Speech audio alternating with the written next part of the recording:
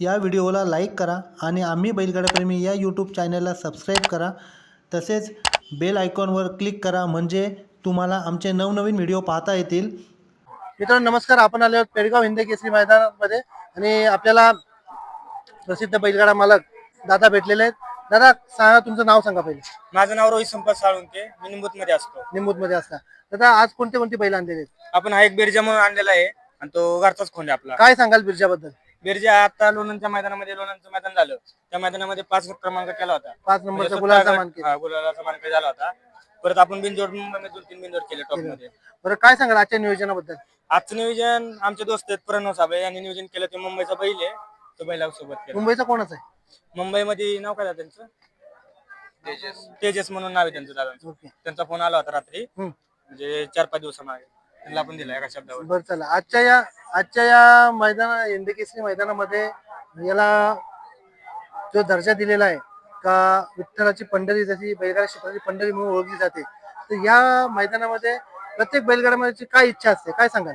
दरवेळेस इच्छा असते फायनलला राहून 1 नंबर करायचे. कारण गेली 2-3 वर्ष झाला आम्ही गौतम भायांसोबत असतो. कारण गौतम भायांमुळे आज आम्हाला नाद लागलेला आहे. आणि गेली 2-3 वर्ष झाला आमच्या गौतम भायांनी तर 1-2 नंबर परत मागच्या 2 वर्षी गौतम भायांचा उजेड राहिला होता फायनलला, त्यांनी 4 नंबर केला होता. म्हणजे दरवेळेस आम्ही तर राहतो. फक्त 2 वर्ष संकटात काढली, तिथून पुढे धमाका असेल. ओके. म्हणजे बघा, कुठल्याही गोष्टीला चांगली गोष्ट सुरुवात करण्यासाठी काही संघर्षाचा काळ द्यावा लागतो. तसा संघर्षाचा काळ आपल्याला तो म्हणावा लागेल. बरं, काय सांगाल आपल्या नंदीत बद्दल? काय सांगाल म्हणजे आता या बैलगाडी क्षेत्रामध्ये जे क्षेत्र म्हणजे अत्यंत टॉप लेवलला जात आहे आणि संपूर्ण बैलगाडा मालकांची याच्यात असलेली मेहनत, बैलांवरती असलेलं प्रेम, काय सांगाल कशा प्रकारे निगा घेतली जाते? आता असं झालंय, मालकापेक्षा वडापावले जात झालेत. म्हणजे जे मालक 1 रुपया मागत नाही बैलगाडी क्षेत्रात, पण जी वॉचमॅन असतात म्हणजे त्यांचे बघणारे ते मॅनेजर, वडापाववाले हे दोघं तिघ असतात, ते 50-50, 60-60 हजार रुपये आपल्याला मागतात. बरं, सर्वात महत्वाच्या मुद्द्यावर आलं, वायदी बद्दल काय सांगा? मूळ वायदी मुद्द्यावर येतो.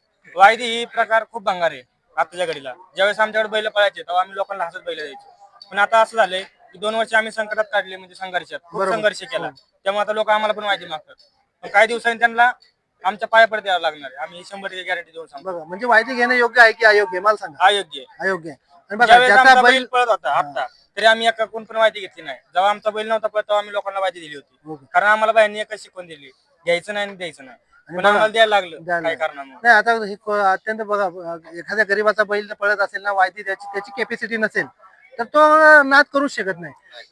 कसा करू शकतो ना, सांगा? तो बैलाचा खर्च मला सांगू का, आता कुठला पण बैलगाडी क्षेत्रात जो मोठ्या माणसाला बैल पळतोय, तो माणसाला गरीब माणसाचाच बैल येतो.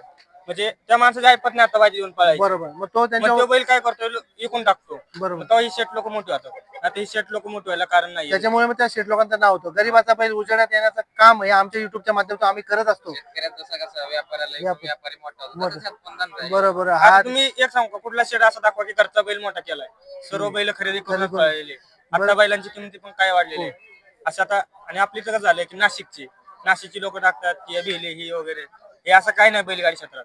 आता एक काळी भारत सुंदर पळायचं आपलं, बरोबर. काय अंतर होतं? खरंय. नावाला निम्यात पण ठेवलं नसतं. खरंय.